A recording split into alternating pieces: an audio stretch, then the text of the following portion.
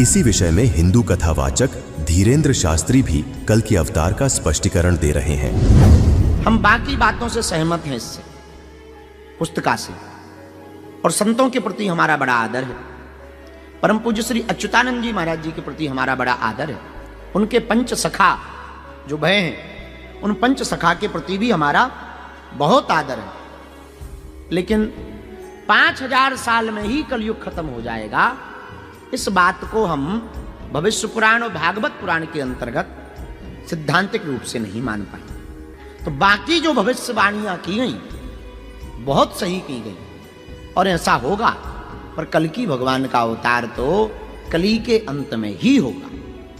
हां, भगवान अभी वर्तमान में धर्म को बैलेंस करने के लिए, प्रकृति को बैलेंस करने के लिए, सनातन के प्रति हो रहे कुभाव और कुमर्यादाओं के कारण जो आस्था घट रही है, उस आस्था को बनाए रखने के लिए भगवान का कोई चेतना या भगवान का अंश अवतार ले सकता है, पर कल की अवतार तो कलयुग के ही अंत में होगा।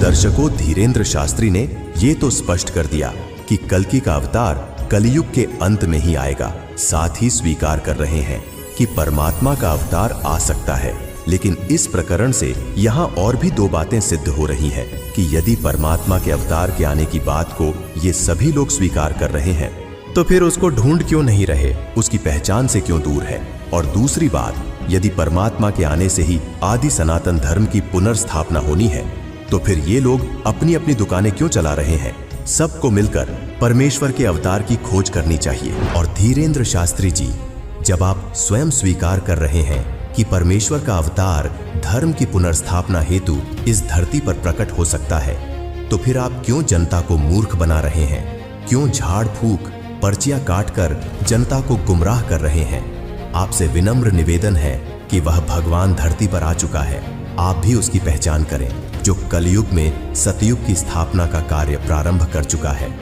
वीडियो को पूरा देखने के लिए फैक्टफुल डिबेट्स यूट्यूब चैनल पर विजिट करें।